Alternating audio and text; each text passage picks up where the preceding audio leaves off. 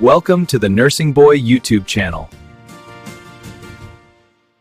Students, आज video में हम नर्वस सिस्टम के बारे में स्टडी करेंगे। हम जानेंगे नर्वस सिस्टम होता क्या है, नर्वस सिस्टम की बेसिक यूनिट जिसे हम न्यूरॉन बोलते हैं, इसके स्ट्रक्चर को हम समझेंगे। हम नर्वस सिस्टम के क्लासिफिकेशन और कौन कौन से ऑर्गन्स नर्वस सिस्टम में होते हैं उनके बारे में जानेंगे।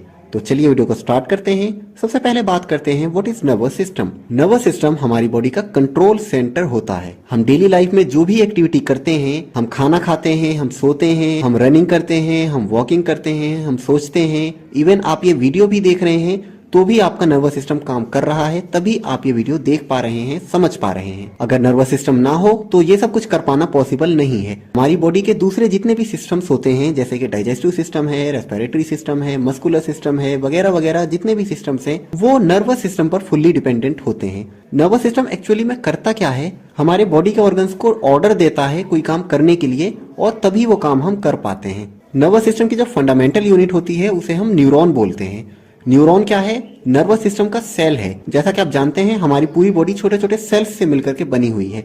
सेल्स कई टाइप के होते हैं, तो जो नर्वस सिस्टम वाला सेल होता है उसे हम न्यूरॉन बोलते हैं। न्यूरॉन क्या करता है? न्यूरॉन नर्व इंपल्सेस जनरेट करता है। नर्व इंपल्सेस क्या होते हैं? नर्व इंपल्सेस एक्चुअली एक मैसेज होता है जो कि हमारे ब्रेन से हमारे ऑर्गन्स तक जाता है, या हमारे ऑर्गन्स से हमारे ब्रेन तक आता है। नर्व इंपल्सेस कितने टाइप के होते हैं? इलेक्ट्रिकल नर्व इंपल्स और chemical nerve impulse. Electrical nerve impulse वो नर्व इंपल्स होते हैं जो कि न्यूरॉन के अंदर ही ट्रांसफर होते हैं, और केमिकल नर्व इंपल्सेस वो नर्व इंपल्सेस होते हैं जो कि दो न्यूरॉन के बीच ट्रांसमिट होते हैं। अब ये कैसे हो पाता है, इसके लिए हमें न्यूरॉन के स्ट्रक्चर को समझना होगा। ये देख सकते हैं स्क्रीन पर आपको न्यूरॉन का स्ट्रक्चर दिख रहा है। ये न्यूरॉन आपको देखने में बॉडी के दूसरे सेल से थोड़ा सा अलग लग रहा होगा, क्योंकि इसमें ये आपको टेल दिख रही है, जबकि दूसरे बॉडी सेल्स में इस टाइप की कोई टेल नहीं होती है। उनमें सिर्फ ये वाला पार्ट होता है जो कि मैंने अभी हाईलाइट किया है। तो न्यूरॉन में क्या क्या होते हैं यहाँ पर मैंने लेबलिंग कर रखी है, आप इन नामों को ध्यान रखें। जैसे कि जो न्यूरॉन की मेन सेल बॉडी होती है, इसके अंदर न्यूक्लियस होता है। इसके अलावा इसमें डेंड्राइट्स भी होते हैं जो कि दूसरे सेल्स में नहीं होते, और इनके अलावा इसमें एक एक्सॉन जो कि एक टेल लाइक स्ट्रक्चर होता है वो होता है। एक्सॉन के ऊपर यहाँ पर माइलिन शीथ होती है। दो माइलिन शीथ के बीच का जो स्पेस होता है उसे नोड्स ऑफ रेनवियर बोलते हैं, और एक्सॉन की एंडिंग में एक्सॉन टर्मिनल्स होते हैं जिन्हें हम एक्सॉन एंडिंग या नर्व एंडिंग भी बोल सकते हैं। अब होता क्या है, जैसे कि कोई मैसेज हमें हमारे ब्रेन तक पहुंचाना हो, फॉर एग्जाम्पल आप इस पिक्चर में देख रहे हैं, इस बच्चे के सामने ये पेंसिल रखी हुई है, इसे पेंसिल को उठाना है। तो अब क्या होगा, इस बच्चे का जो ब्रेन है वो इसके हैंड को ऑर्डर देगा, मतलब नर्व इंपल्सेस को जनरेट करेगा, और वो ऑर्डर ब्रेन से ट्रांसफर होता हुआ उसके फिंगर्स तक पहुंचेगा, हाथों की, और उसके हाथों की जो फिंगर्स हैं वो आगे बढ़ करके उस पेंसिल को पिक कर लेंगी, उठा लेंगी, और ये काम पूरा हो जाएगा। सबसे पहले ब्रेन से मैसेज आया डेंड्राइट्स के थ्रू, डेंड्राइट्स के थ्रू वो एक्सॉन में होता हुआ एक्सॉन टर्मिनल तक आया, और एक्सॉन टर्मिनल से दूसरे न्यूरॉन में ट्रांसफर हो गया, और दूसरे से तीसरे न्यूरॉन में, तीसरे न्यूरॉन से चौथे न्यूरॉन में, और इस तरह से पूरा मैसेज ट्रांसफर होता गया। इसके अलावा एक बात और ध्यान रखनी है आपको, दो न्यूरॉन्स के बीच का जो गैप आपको दिख रहा है उसे हम सिनेप्स या कुछ लोग साइनेप्स भी बोल देते हैं। साइनेप्स में क्या होता है,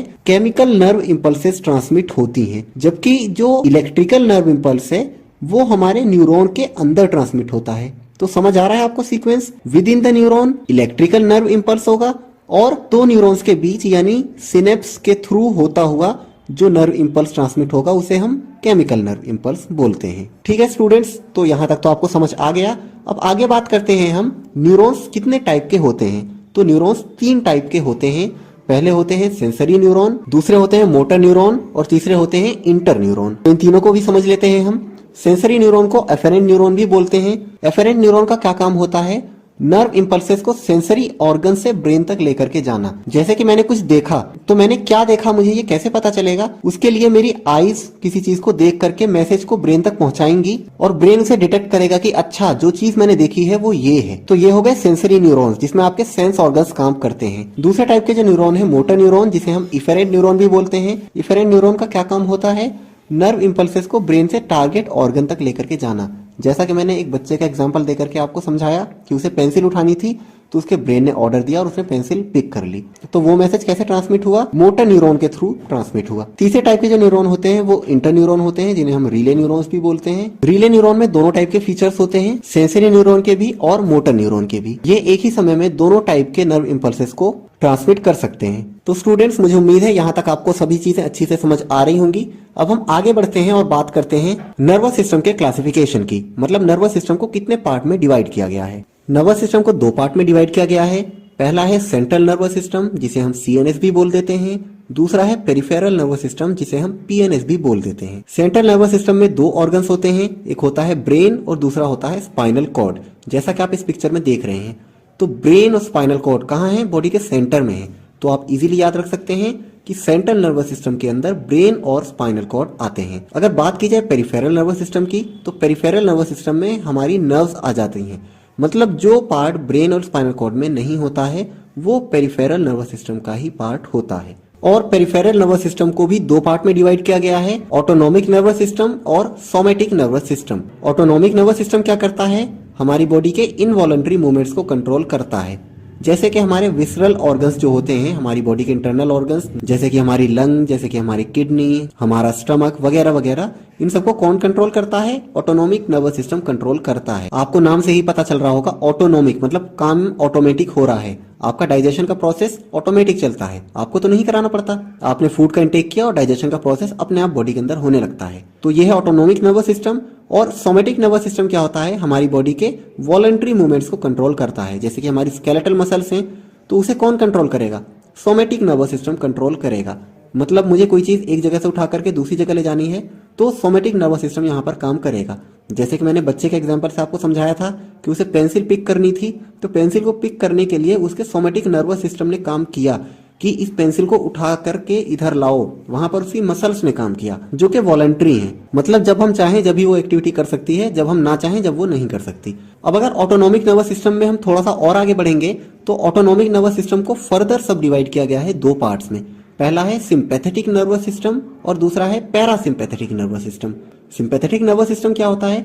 सिंपैथेटिक नर्वस सिस्टम हमारी बॉडी के अंदर जो सडन स्ट्रेस होता है उसको कंट्रोल करता है। जैसा कि मान लेते हैं आप कहीं गली में जा रहे हैं और आपके ऊपर अचानक ही कोई कुत्ता देखकर आपको भौंकने लगे, तो आप एकदम से डर जाएंगे और वहां से भागने लगेंगे खुद को बचाने के लिए कि कहीं ये मुझे काट न ले। तो यहाँ पर किसने काम किया? सिंपैथेटिक नर्वस सिस्टम ने काम किया। तो सिंपैथेटिक नर्वस सिस्टम ने बोला चलो बचो इससे, अगर बचोगे नहीं तो ये काट लेगा। यहाँ पर याद रखने वाली एक इंपॉर्टेंट बात मैं आपको बता दूं, सिंपैथेटिक नर्वस सिस्टम में किस टाइप के रेस्पॉन्सेज होते हैं? इसमें होते हैं फाइट एंड फ्लाइट। ये मैंने हाईलाइट कर रखा है, इसे ध्यान रखिएगा आप, मतलब अगर करोगे नहीं तो मर जाओगे आप, ऐसा कुछ समझ सकते हैं आप इसे। और अगर बात की जाए पैरासिम्पैथेटिक नर्वस सिस्टम की, तो पैरासिम्पैथेटिक नर्वस सिस्टम क्या है? ये हमारी बॉडी को नॉर्मल रखने में काम आता है। जैसे कि अभी मैंने बताया, आपकी बॉडी के ऊपर कोई सडन स्ट्रेस आया तो वहां पर सिंपैथेटिक नर्वस सिस्टम एकदम से एक्टिव हो गया आपकी बॉडी को बचाने के लिए। लेकिन पैरासिम्पैथेटिक नर्वस सिस्टम क्या करेगा?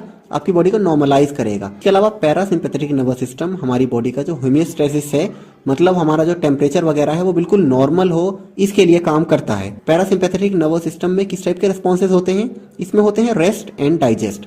ये आप ध्यान रखिएगा, ये भी मैंने हाईलाइट कर दिया है। तो स्टूडेंट्स, नर्वस सिस्टम के क्लासिफिकेशन के बारे में आपको बहुत अच्छे से समझ आ गया होगा। अब लास्ट में मैं नर्वस सिस्टम के ऑर्गन्स के बारे में भी आपको एक बार बता देता हूँ। नर्वस सिस्टम में 3 टाइप के ऑर्गन्स होते हैं, एक होता है ब्रेन, दूसरा होता है स्पाइनल कॉर्ड और तीसरी होती है नर्व्स। अब ब्रेन और स्पाइनल कॉर्ड किसके पार्ट होते हैं मैंने पहले ही आपको बता दिया है क्लासिफिकेशन के अंदर। ये होते हैं सेंट्रल नर्वस सिस्टम के पार्ट, जो कि सेंटर में आपको खुद भी दिख रहे हैं इस पिक्चर के अंदर। और नर्व्स किसकी पार्ट होती हैं? पेरिफेरल नर्वस सिस्टम की। मतलब जो सेंट्रल नर्वस सिस्टम से अलग जितना भी बचा हुआ पार्ट है नर्वस सिस्टम के अंदर, वो सारा का सारा किस में आता है? पेरिफेरल नर्वस सिस्टम के अंदर आता है। तो ये तीनों ऑर्गन हैं जो कि हमारे नर्वस सिस्टम के अंदर होते हैं। इन तीनों ऑर्गन्स के बारे में हम इस वीडियो के नेक्स्ट पार्ट में डिटेल में पढ़ेंगे। वो वीडियो भी आप जरूर देखिएगा ताकि नर्वस सिस्टम आपको कंप्लीटली समझ में आ जाए। नर्सिंग बॉय यूट्यूब चैनल को लाइक और सब्सक्राइब करें।